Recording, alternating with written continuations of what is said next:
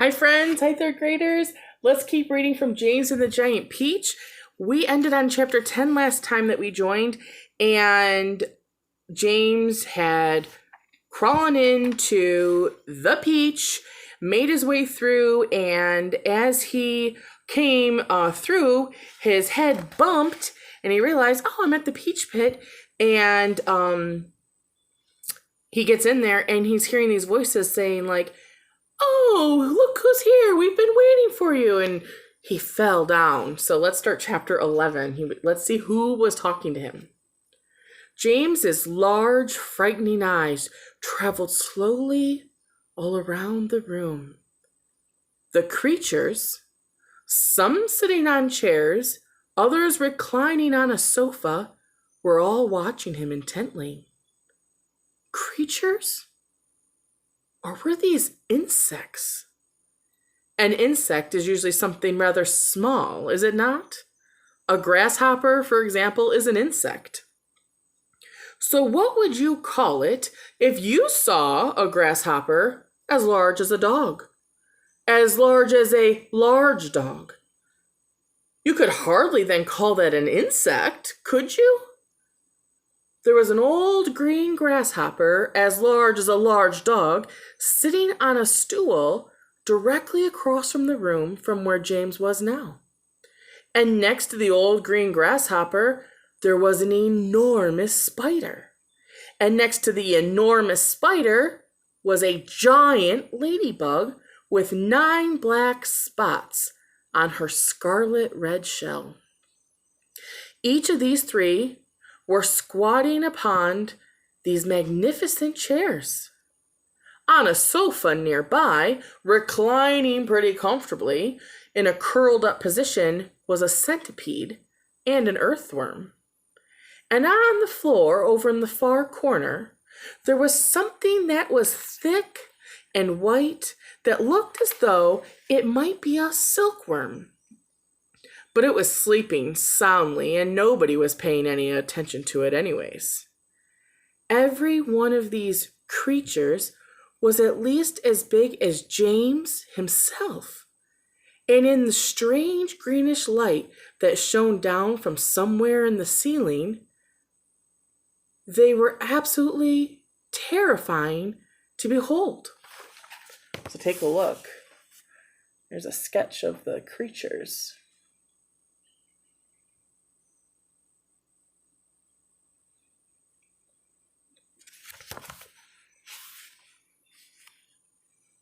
I'm hungry, the spider announced suddenly, startling James.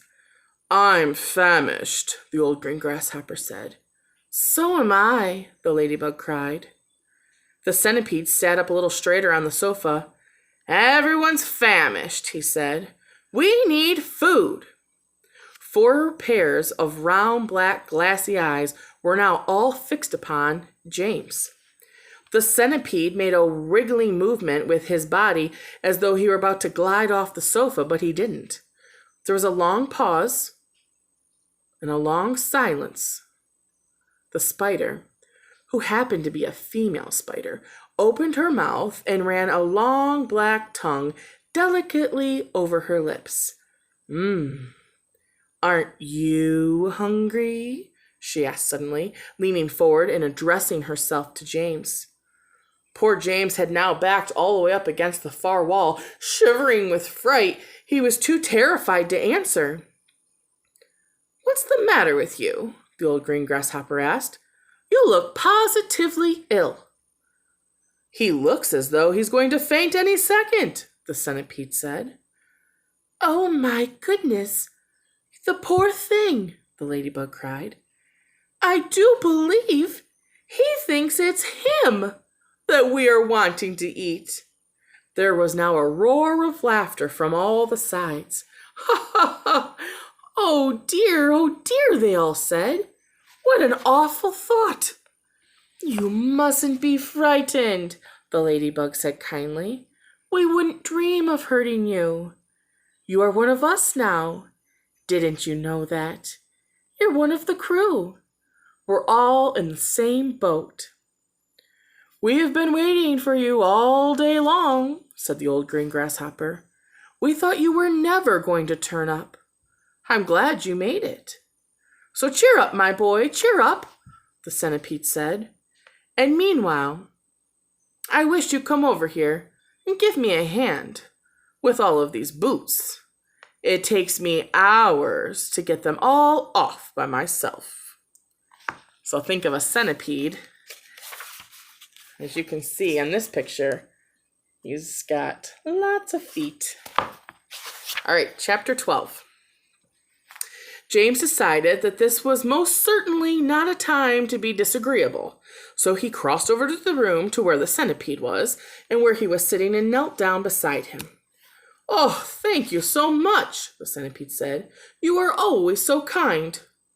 "You do have a lot of boots," James murmured. "Well, I have a lot of legs," the centipede answered proudly. "And a lot of feet, 100 to be exact."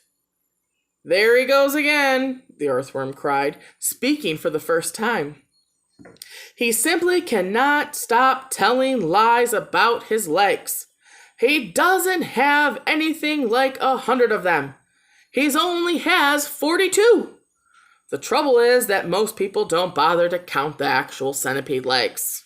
They just take his word for it. And anyway, there's another marvelous thing, centipedes about having a lot of legs."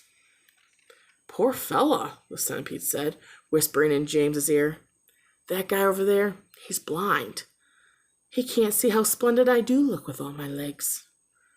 "In my opinion," the earthworm said, "the real marvelous thing is to have no legs at all, and to be able to walk just the same." "You can't call that walking," cried the centipede. "You slither. That's all you are. You just slither along." "I glide," said the earthworm. "You are a slimy beast," answered the centipede. "I'm not a slimy beast," the earthworm said. "I am useful and a much-loved creature. Ask any gardener you like. And as for you—" "Well, I'm a pest," the centipede announced, grinning broadly and looking around the room for approval. "He was so proud of that," the ladybug said, smiling at James. Through the life of me, I can't understand why he would be happy to be a pest." "Well, I am the only pest in this room," cried the centipede, and still grinning. "Well, unless you count old green grasshopper over there. But he is long past it now. He's too old to be a pest anymore." There's James helping him.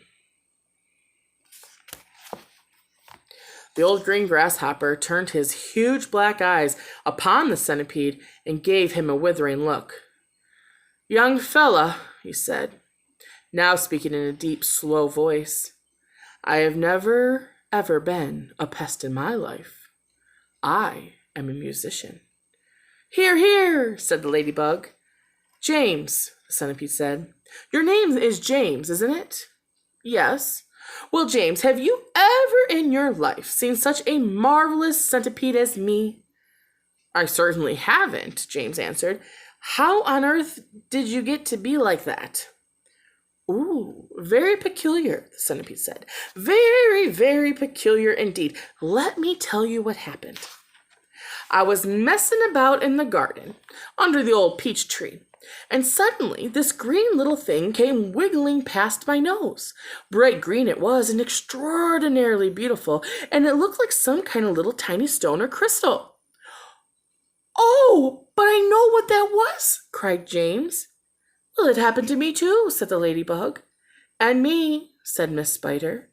"Suddenly there was a little green thing everywhere, and the soil was full of them." "I actually swallowed one," the earthworm declared proudly.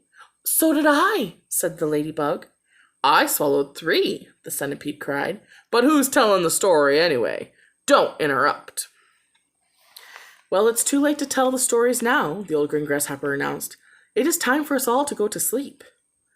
"I refuse to sleep in all my boots," the centipede cried. "How many more are there to come off?" James asked. "I think I have about 20 so far," James told him. "Then that leaves 80 to go." 22, not 80, shrieked the earthworm. "He's lying again." The centipede roared with laughter. "Stop pulling the earthworm's leg," the ladybug said. This sent the centipede into hysteria. "Pulling his leg!" he cried, wiggling with glee and pointing at the earthworm. "Which leg am I pulling? You tell me that." Because the earthworm, he doesn't have legs, does he? James decided that he rather liked the centipede. He was obviously a little rascal. But what a change it was to hear someone laughing once in a while. He had never heard Aunt Sponge or Aunt Spiker laugh aloud in a very long time, actually since the whole time he's been with them. "We really must get some sleep now," the old green grasshopper said. "We've had a tough day ahead of us, and we have a harder one tomorrow. So would you all please be kind enough, Miss Spider, and make our beds?" And that brings us to chapter 13. And we will share that tomorrow. So asking Miss Spider to make the beds, that makes sense, right? She makes webs, so she can make a web bed for everyone. Interesting. All right, well, I hope you enjoyed today's chapters, and I'll see you again soon.